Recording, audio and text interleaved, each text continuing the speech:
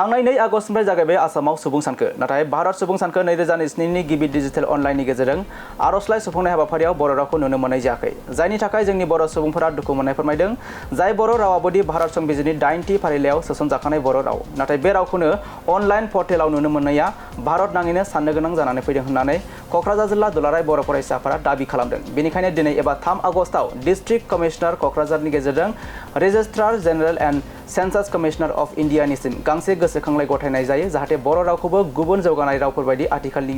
गिबि डिजिटेल अनलाइननि गेजेरजों सुबुं सानखो 2027 नि सेल्फ एनुमेरेशन हाबाफारिखौ जोंनि बर' रावजोंबो खालामनो हायो आरो बे सुबिदाखौ थाबैनो खालामाब्ला क'क्राझाराव भारत सुबुं साननाय हाबाफारिखौ दोनथ'नांगौ होननानै क'क्राझार जिल्ला दुलाराय बर' फरायसा आफादनिफ्राय आसाम सरकारनिफ्राय लानानै भारत सरकारनिसिम गोख्रों दाबि खालामदों आरो बे सुबुं साननाय हाबाफारियाव आसाम नाङैनो बड'लेण्डआवबो गंसे फरायसालियाव सासेल' फोरोंगिरि थानाय बै फरायसालिनि फोरोंगिरिफोरखौ थिसननो मोना मानोना फरायसालिया बन्द थायोब्ला फरायसाफोरनि गुनगोनां सोलोंथाइ सोरजिनांगौ आबहावाया जोबोद गाहायाव थागोन होननानै गोख्रों दाबि खालामो बिथांमोनहा भारतनि जे पपुलेशन सेन्सास बेयो आसामाव मैया 2 आगस्तनिफ्राय जागायबाय आरो जोंनि क'क्राझार जिल्लानि सिङावबो गोबां सुबुंफोरखौ जों सेल्फ एनुमेरेशन खालामनाय नुबाय आरो गोबां मानसिफोरा दासिमबो खालामाखै जायफोर खालामाखै बिथांमोनखौ जों खालामनो खावलायगोन नाथाय मोनसे बाथ्राखौ जोङो मोनदांदों आरो बिजिरनानै नायदों जे बे सेल्फ एनुमेरेशननि जे पर्टेल बे पर्टेलाव गुबुन गुबुन माखासे आसामाव थानाय बा भारताव थानाय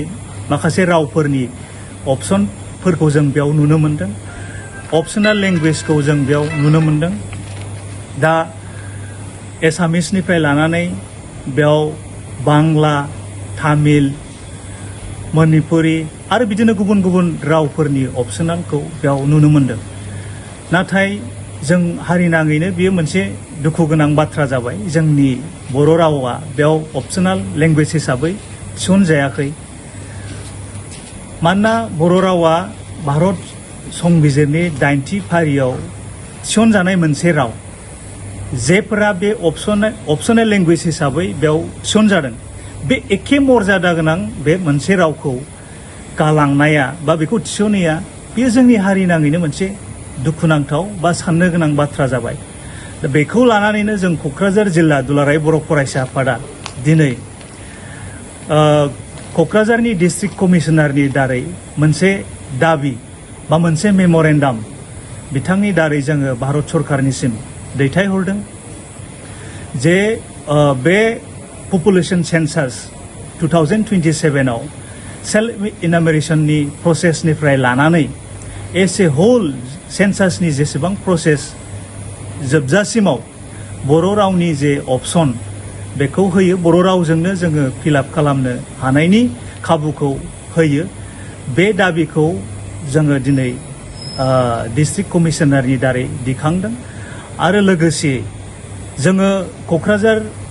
जिल्ला दुलाराय बर' फरायसा आफादनिफ्राय गोख्रोङै बेखौनो दाबि खालामदों जे जेब्लासिम बर' रावा बे पर्टेलाव थिसनजाया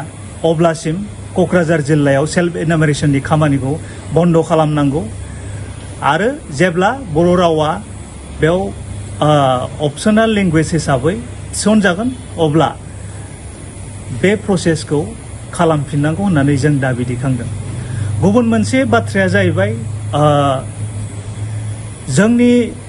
गोबां गुदि फरायसालियाव सिंगेल टिचार सासेल' फोरोंगिरि दासिम दङ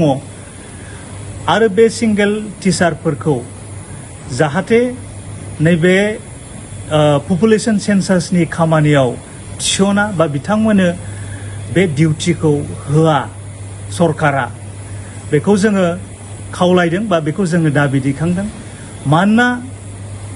सासेल'खा फोरोंगिरि थानाय फरायसालियाव बे फोरोंगिरिया बे सेन्सासनि डिउटि खालामबाय थायोब्ला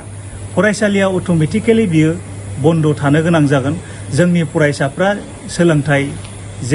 जेबादि सोलोंथाइ मोननांगौ बेखौ मोननाय नङा बेखायनो